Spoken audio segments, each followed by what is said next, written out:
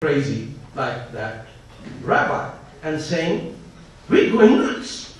We're going to create chaos in this world. So they are what? 10 million Jews and 6,000 million people? What are they going to do in a worst case scenario? They're going to have a very strong Israel. That's the worst case scenario, and they won't end the occupation. Worst case scenario. If all the 5 billion Sikhs said, we are going to be extremists, what's going to happen? They're going to create a state called Khalistan, which will be landlocked with Pakistan on one side and India on the other side, and within 5 years they'll have to negotiate border treaties to justify their madness. That's the worst case scenario. What happens if all the Buddhists go not power? Thailand is not going to stop Western tourism, and mail-order brides will have a problem. Thailand says, no, we're not going to send women to GIs coming back from Japan and Okinawa. These are the worst case scenarios. Now, if 12% of the Muslim population of Canada, which is about 96,000 people, who tell the Environics poll that if the Toronto 18 were found to be guilty of the crimes that they have been accused of, which they have now, the poll was done a year and a half ago, if they say that there's justification for violence and to slit the throat of the Prime Minister, that we have a problem. Because of all the religious groups that can possibly go nuts, it is only the Muslim extremists who have in their crosshairs Western civilization as the problem. You will never hear a Christian fundamentalist saying, what I really detest is Rousseau and Voltaire. It's the French Revolution that we have to undo. You may laugh at this, but the essence of Islamic extremism is the undoing of the Renaissance. I am not exaggerating. The gurus that command and control the MSAs and the Muslim brotherhoods in our campuses and our cities are a troika of 3 people. These are contemporary Islamists. Sayyid Maududi, who's made in India, Pakistan. Sayyid Qutb, a generous, benevolent Egyptian who in 1940 of Denver's found vast, lustful nudity in America when skirts had just been 6 inches above the ankle. And Hassan al-Banna, also of the Muslim Brotherhood. These are the 3 guys whose books are available at the UFT. What exactly is their problem with the rest of the world? Maududi says that it is the Renaissance that is, the word he uses is the pernicious tree that we have to pluck out of the ground and sow instead of it an Islamic civilization. It's the only people who find Gandhi to be detestable and despicable. There are no other people on earth who find Mahatma Gandhi annoying or hateful. This group considers that.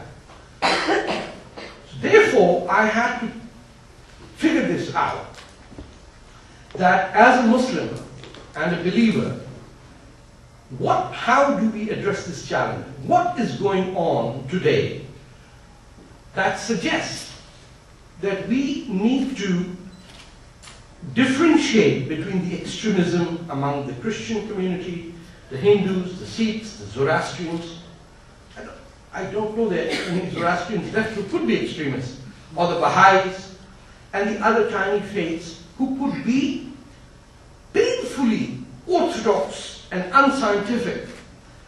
But my study showed that in their worst case scenario, they could do no harm and they did not target Western civilization as the enemy.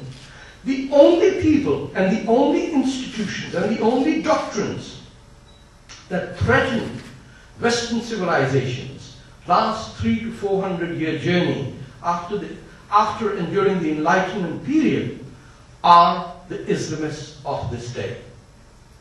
I also discovered that far from literacy and education being the problem, the most violent, hateful members of this gang belong to the educated upper middle class. I can bet you there is no peasant in Egypt or Pakistan or in Aceh in Indonesia who says, I think the problem is the United States of America. The peasant over there is looking for the seed that can come through US aid to his village, or the powdered milk, or the irrigation canal, or the public education system.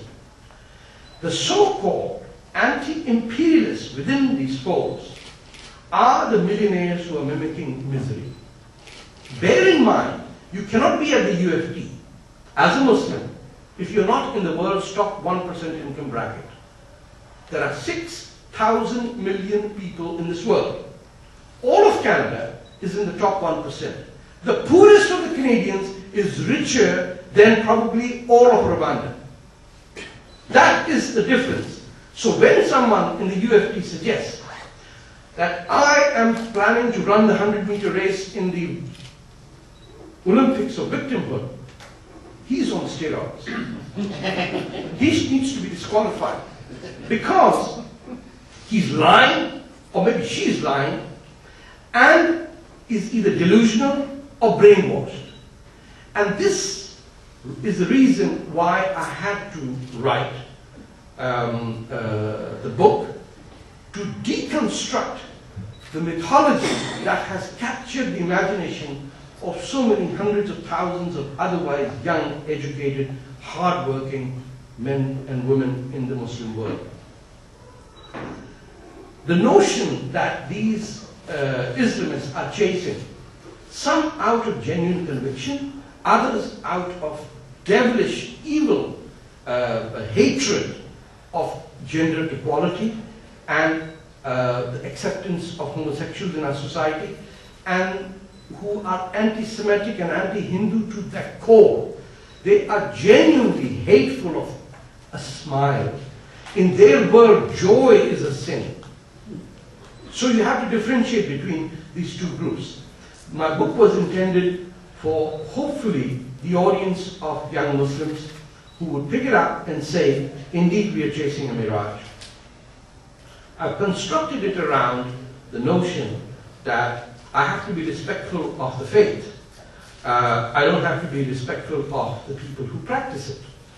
And my respect for Islam is to not challenge the doctrines that exist at the time, limited to the death of Prophet Muhammad, who Muslims believe was the last messenger to have brought the word of God and related to all of humanity.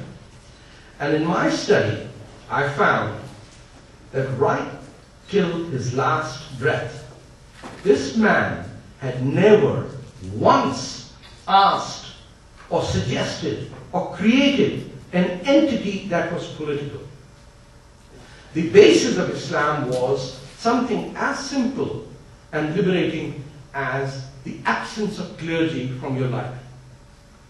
And it is no wonder that a people stressed under the structure of the Eastern Orthodox Church, the Zoroastrian clergy, found early Islam to be liberating, saying, you got no pope. I mean, that's a party if you are in Damascus suffering under the equivalent of the Maurice Duplessis of Quebec of the 1960s, saying, wow, he's gone. We've had a social revolution. Equivalent to that. No priest, no intervening person between divinity and the human being, no set method. The Quran doesn't even tell you how to pray. It doesn't even have the oath that a Muslim has to take to declare that he or she is a Muslim. So how did it happen that at a time, on the year 632, that Muhammad finally passes away and has close to about 100,000 people in his flock, because that's the estimate of the people he last addressed, that the moment he dies, it's June of 632, for 14 hours, Muslims do not give him his last rites. They forget about him. within an hour of his death, the first civil strife